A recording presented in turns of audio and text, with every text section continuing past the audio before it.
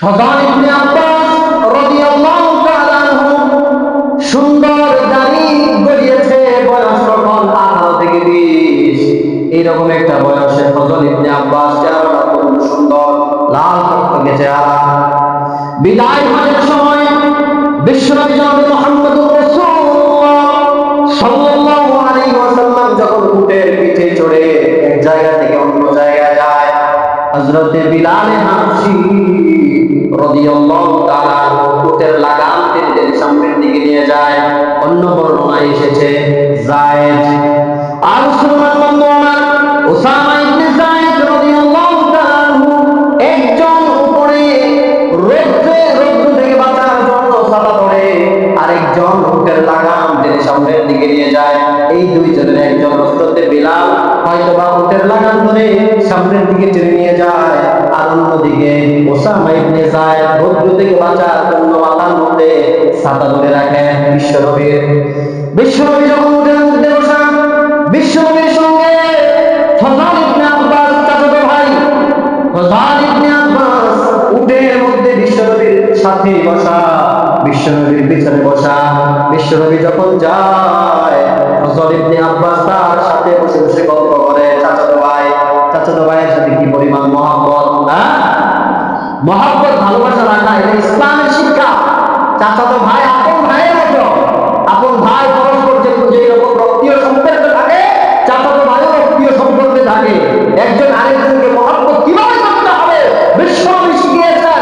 প্রয়োজনে তুমি তোমার উটের পিঠে, ঘোড়ার পিঠে বা মোটরসাইকেলের পিঠে, বর্তমানে যেগুলো আছে, গাড়ির মধ্যে পাশে বসিয়ে রাখবে। কখনোই সন্তান তার সাথে বৈরীর সম্পর্ক রাখবে না। কথা কোন ঠিক কিনা?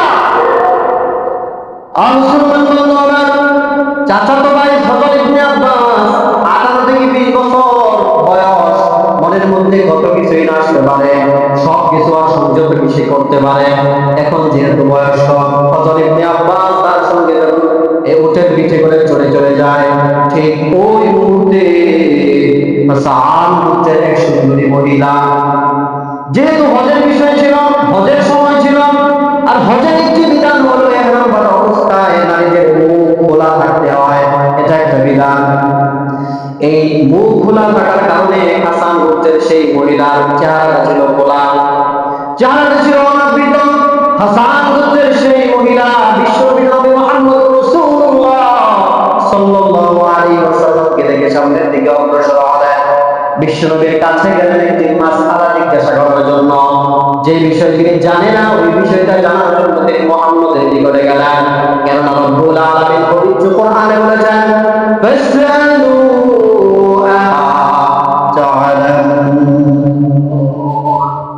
বিশ্বনবী বলেন, যখন তোমরা কোনো বিষয় জানবে না, তখন যে জানে তার কাছ থেকে জেনে নিবা। যখন কোনো বিষয় আমরা জানবো না, তখন যে জানে তার কাছ থেকে জানতে হবে। যে গালগপ্প এবং চাপাচারে তার কাছ থেকে জানা যাবে না। এখন তো সর্বত্র মুক্তি ছড়িয়ে গিয়েছে, সর্বত্র আলেম ছড়িয়ে গিয়েছে। এখন চায়ের হোস্টেলে বসেও মাসআলা মাসাইল নিয়ে আলোচনা করা হয়, অথচ এমন বিষয় নিয়ে তারা আলোচনা করে যে বিষয়ে ন্যূনতম তার কোনো জ্ঞান নাই। যদি বলা হয় দলিল দাও, এটা কোন কিতাবে আছে, তখন আর একটা শব্দ তার মুখ থেকে বের হবে।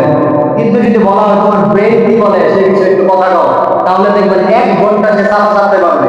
কিন্তু কোন কিতাবে আছে বা কোন হাদিসের কিতাবে আছে, এটা যদি তাকে বলা হয় সেখান থেকে আমাকে আধা লাইন আমাকে বলো, তখন দেখবেন তার জবান থেকে আর একটা শব্দ বের হবে না। কথা বল ঠিক কিনা?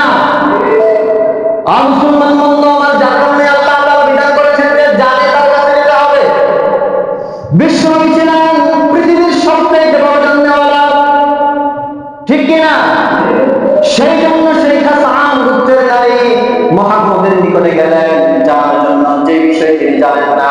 এই নারী যখন মুহাম্মদের নিকটে গেলেন, নারীর চেহারা সুন্দর, অল্প বয়স, সুন্দর চেহারা, মুখটা খোলা, কত সুন্দর চেহারা। যখন বিশ্বনবীর নিকটে গেলেন, পিছন থেকে ফজল ইবনে আব্বাস নারীর দিকে তাকায়। আমার কথা হাদিসের কথা, আব্দুল্লাহ ইবনে আব্বাস বর্ণনা করেন, ফজল ইবনে আব্বাসের ভাই আব্দুল্লাহ ইবনে আব্বাস বলে, আমি দেখতেছিলাম আমার ভাই ফজল বয়স্ক,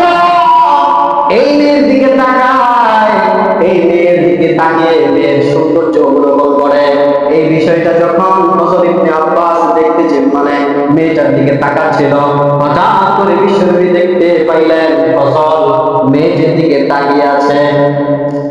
বিশ্বনবী যখন বিষয়টা আজ করলেন দেখতে পাইলেন, আর মুসলমান বন্ধু নবীজির সঙ্গে সঙ্গে ফজলের চোয়ালের মধ্যে ভাবে ধরে চেহারাটাকে অন্যদিকে ঘুরিয়ে দিলেন, বুঝাইলেন সাবধান সাবধান, পর নারীর দিকে তাকানো যাবে না।